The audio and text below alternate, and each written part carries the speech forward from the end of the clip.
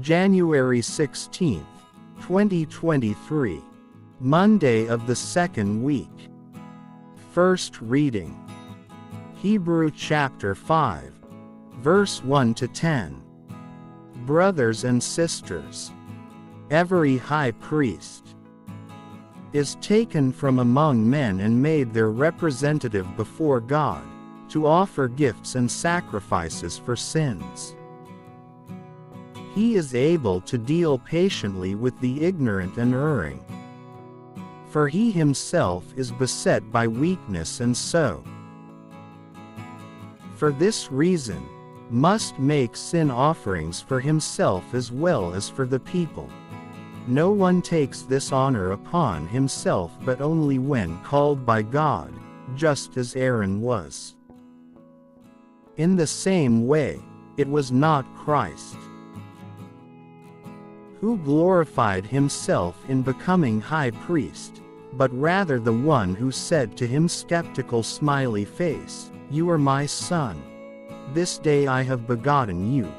Just as he says in another place, "You are a priest forever according to the order of Melchizedek."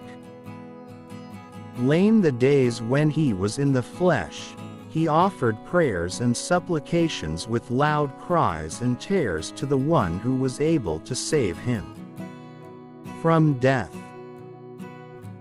And he was heard because of his reverence.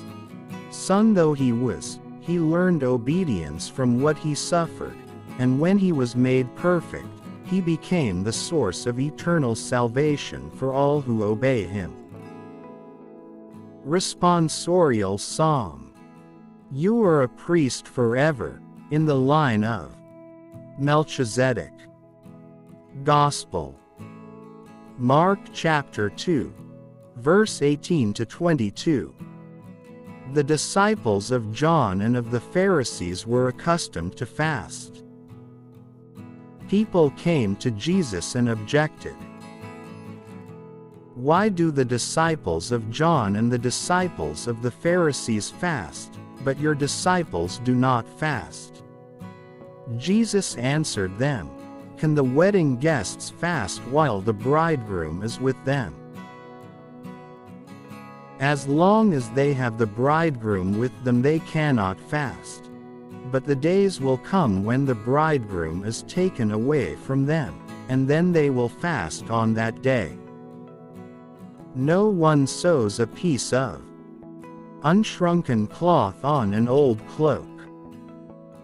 If he does, its fullness pulls away the new from the old, and the tear gets worse. Likewise, no one pours new wine into old wineskins. Otherwise, the wine will burst the skins, and both the wine and the skins are ruined.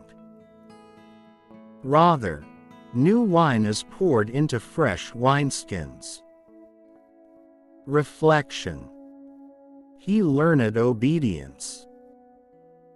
The letter to the Hebrews in the first reading makes a very striking and instructive declaration about Jesus as the high priest. Namely, that, son though he was, he learned obedience from what he suffered. Before this, the author says that when Jesus lived as a human being, he offered prayers and supplications with loud cries and even tears.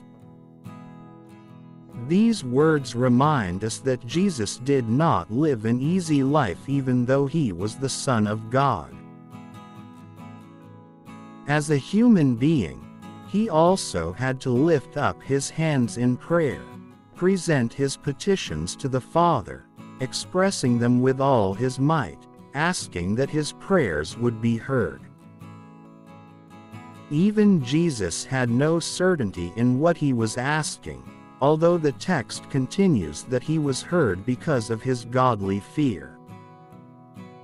As we also grow up, we also learn obedience through what we suffer.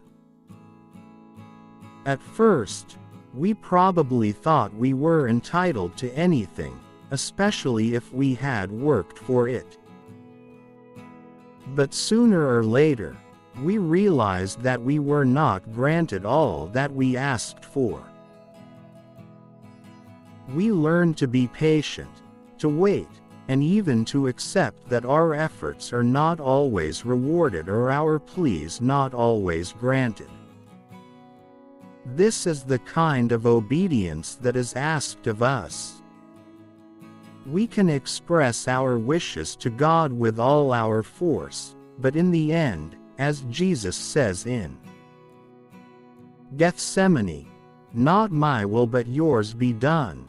Luke chapter 22, verse 42.